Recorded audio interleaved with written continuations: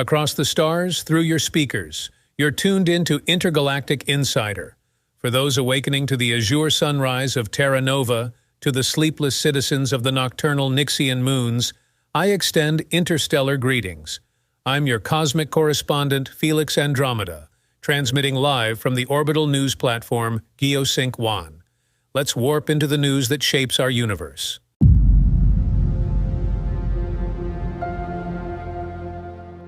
Charting a course through the economic cosmos, I'm joined today by the whisperer of wealth, seer of stocks, and visionary of value, Zara Quasar. Zara, are your fiscal senses tingling in anticipation of today's discussion? Absolutely, Felix. My calculator's charged and ready. Let's navigate through these financial constellations. Hyperion crystals have sent shockwaves through the markets. Can you shed some light on how this resource is redefining wealth in our galaxy? Indeed, Felix. These crystals have an energy-to-mass ratio unlike anything we've seen. They power quantum engines, they're the core of hypergate tech, and now they're the latest luxury symbol. Economies once reliant on dilithium trades are pivoting, causing shifts in power and alliances. Fascinating. This could reshape the socio-political landscape. Moving on, space tourism is booming. Is this just a fad driven by billionaires, or are we looking at a long-term economic pillar? More than a fad, Felix.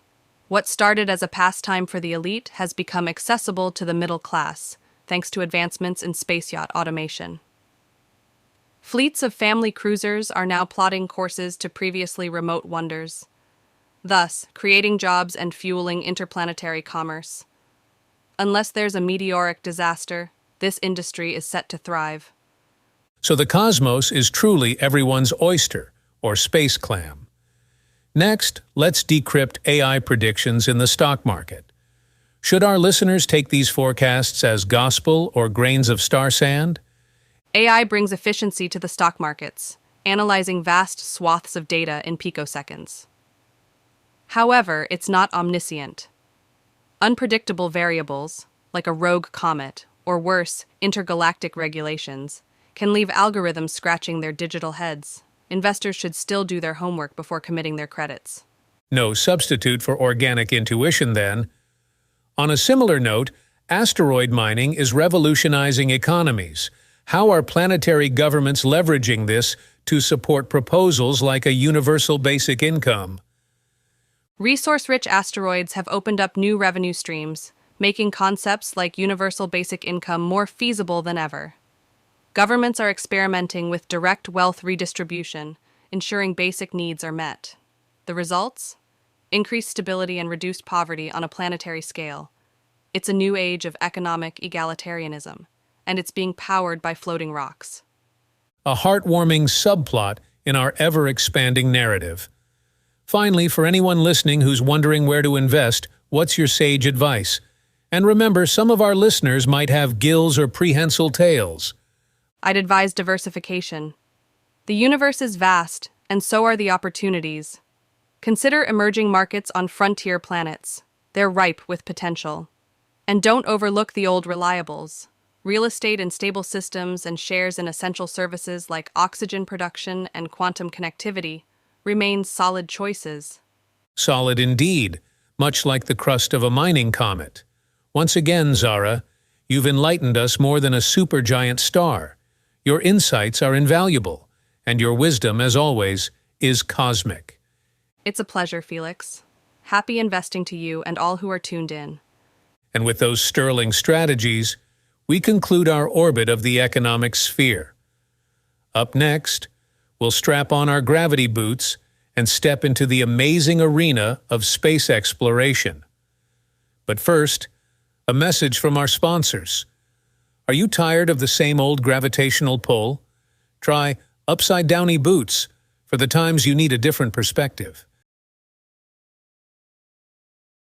We're jumping from the bustling trade hubs and market vortexes to the stellar frontier, a place where legend and reality merge in the vacuum of space. It's my pleasure to invite Commander Tycho Starwind, the vanguard of void voyagers and pathfinder par excellence. He's coming to us live from the bridge of the interstellar cruiser, Celestial Nomad. Commander, are you receiving us out in the cosmic wilds? Loud and clear, Felix. Your voice is the beacon of home quadrant out here in the galactic vastness. Commander, you've spearheaded the exploration into the Outer Fringes. What daring innovations have unlocked these uncharted spaces to our intrepid explorers? Well, Felix, it's all thanks to the breakthroughs in hyperspatial mapping and subquantum analysis. We're using AI-driven algorithmics to predict astral drifts and chart courses through the most volatile of star clusters. It's a symphony of science and courage. You need both in ample supply to face what lies in the outer fringes. A symphony indeed, and we're all eager for the encore. With reclamation efforts turning derelict satellites and forgotten freighters into prized discoveries, how does this shape the value of space endeavors old and new? Felix, every relic is a record, a portal back to bygone eras of spacefaring. They offer insights into the evolution of our journey among the stars. Plus, there's undeniable pragmatism in restoring these cosmic veterans. Their robust frameworks are often more adaptable to deep space conditions than some modern equivalents. Think of them as time-tested triumphs in engineering, proving their worth with every parsec conquered anew. Nothing like a veteran ship to tell tales of the cosmic sea. Now, our discoveries of habitable planets seem like the dreams of ancient poets come true. Are we stepping into a realm of boundless opportunity? Or do we foresee galaxy-spanning governance to preserve the balance? There's a dance between liberty and order in the stars, just as there is on the ground. The Council of United Systems is at the helm, ensuring that these new horizons lead to shared prosperity, not conflict. We've seen enough of the latter, and the time has come to pen a future where every sentient being has a homeworld that offers peace and possibility. From your lips to the galactic core, Commander, the vistas you've witnessed must be nothing short of miraculous. Do share the most captivating sight you've encountered out there among the stars.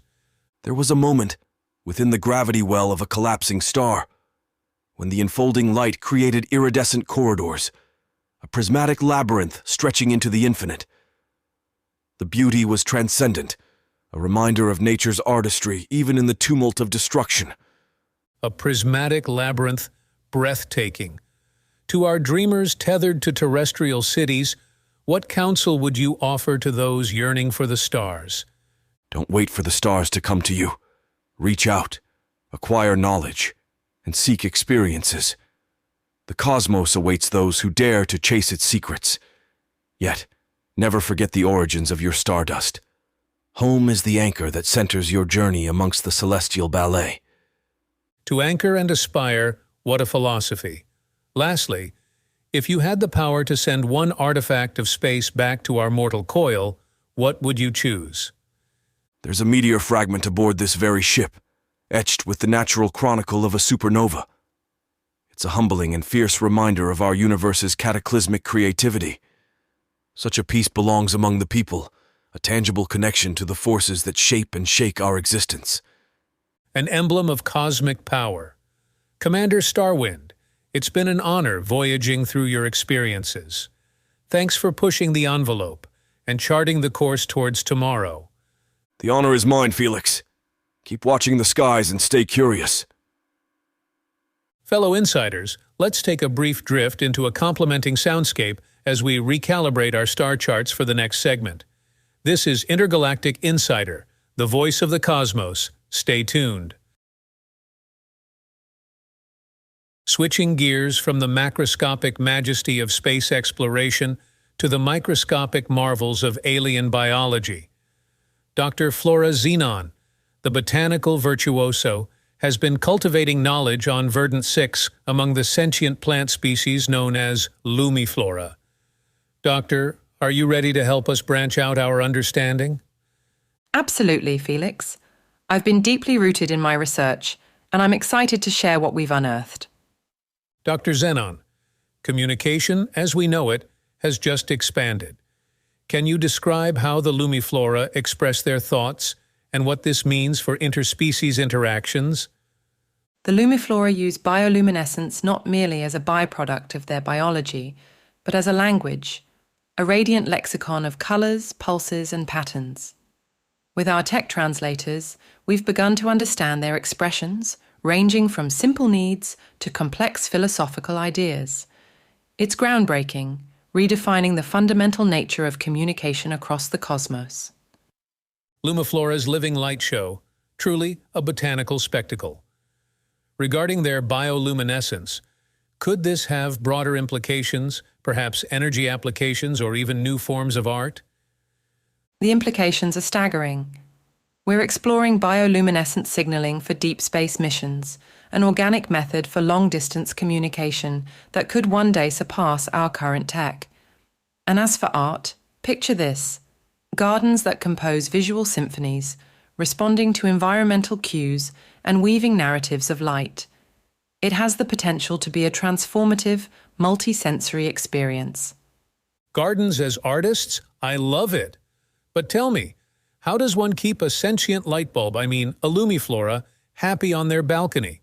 Well, Lumiflora thrive on attention and care like any plant, or person for that matter.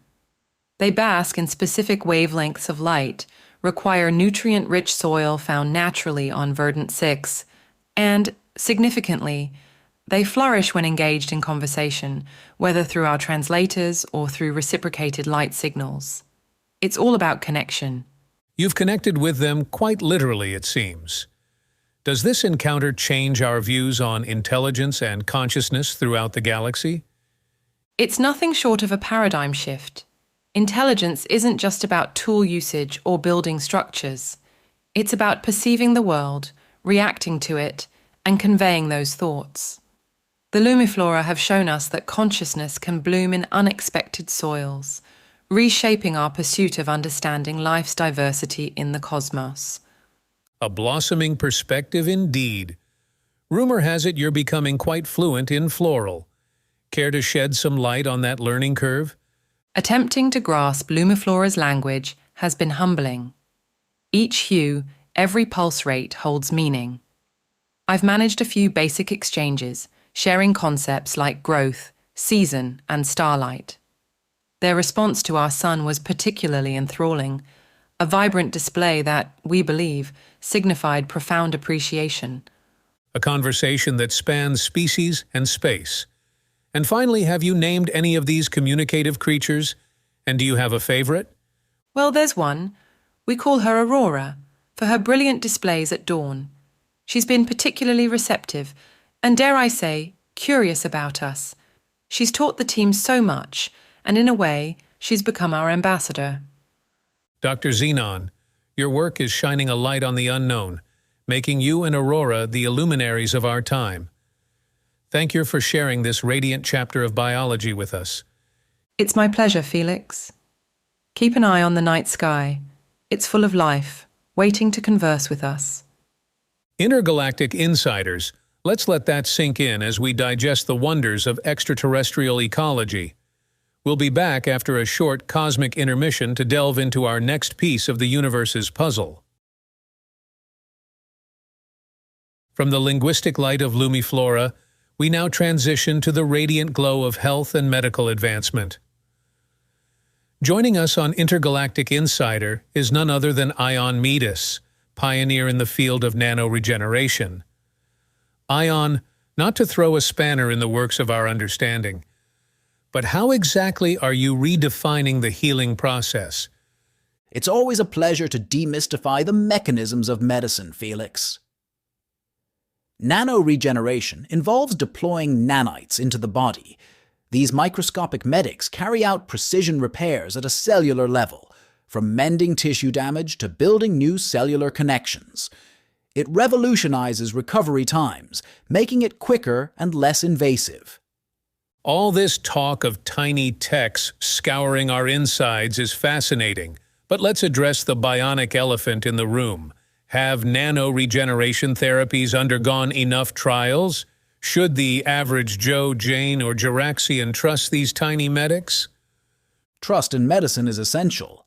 To earn it, nano-regeneration has endured rigorous trials, advancing from cellular models to full organ systems. we've achieved consistent success with minor side effects, mostly related to the body adapting to the accelerated healing. Rest assured, our nanites come with a seal of approval from the Galactic Health Authority. That's a relief. I was worried they might prefer a game of hide-and-seek in there. Now, beyond just healing, could these innovations roll back the sands of time? I'm talking about reversing age, Ion. What can you divulge? Aging, Felix, is a complex symphony of genetic and environmental factors. While we can't promise eternal youth, what we can offer is the means to improve the quality of life. These nanites can rejuvenate cells, mitigate the wear and tear of age, and ultimately extend vitality deep into one's twilight years. Giving growing old gracefully a whole new meaning. Speaking of old school, is organ cloning taking a back seat as our nano friends step into the limelight? Far from it, Felix. Organ cloning remains invaluable. But consider nano-regeneration as complementary, not competitive. Together, they're redefining transplant medicine. While nanites can repair and improve functionality, cloning provides an option for cases where regeneration alone isn't enough. It's a holistic approach, combining the best of both worlds. Cloning and nanites working hand in hand. Or hand in clone, I should say. Let's clear the air on any misconceptions our audience may have about this future-forward healing. One of the biggest misconceptions is that nanomedicine will make traditional methods obsolete. The truth is, it enhances and works alongside established practices. Think of it as an additional tool rather than a replacement. Effective healthcare still relies on a foundation of good practice, diagnosis, and patient care. Reassuring to hear there's still room for the human or alien touch. Ion Metis, you've presented a vista of vitality and underscored a significant leap towards superior health for all interstellar citizens. Thank you for your profound insights into the future of medicine. The pleasure's mine, Felix. And for everyone tuned in, here's to a future where health is not a luxury, but a given for every life form in every corner of our galaxy. What a pulse-raising discussion. Listeners, let these revelations percolate as we prepare to immerse ourselves in the enigmatic depths of our next enlightening exchange. We've navigated through the healthful havens of futuristic medicine, and now, dear insiders, we end our journey today by piercing the veil of the unknown. Mysteries and Unsolved Phenomena is the segment, and our guide to the astral enigmas is none other than the intrepid archaeoastronomer Luna Spectra. She's here to unravel cosmic conundrums from the enigmatic site she's investigating within the Ghost Nebula. Luna, the stardust of ancient galaxies is upon you. What secrets have you dusted off for us? Hello, Felix.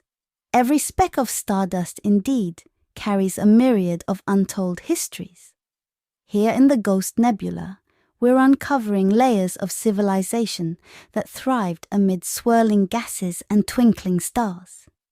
Each artifact we retrieve tells a story of a people reaching for the stars, much like ourselves. Luna, your work orbits the ancients. From the cosmic breadcrumbs you followed, what have we learned about these earlier spacefaring inhabitants and their eventual fade into history? The ancients, while enigmatic in their disappearance, were pioneers in astral artifice. Their constructions harnessed energies like solar flares and cosmic backdrafts to fuel their civilization. Their disappearance? It could be self-imposed exile or a natural cataclysm. Our current excavations hint at both, a pioneering force reaching too high and a retreat into realms beyond our current scope. A tale of ambition and perhaps caution. You mentioned astral gateways, tools of the ancients, still veiled in shrouds of star stuff. Are these portals close to activation? And might they offer a passage to new dimensions of understanding? Activation edges closer every cycle, Felix. The gateways appear to be tunable constructs.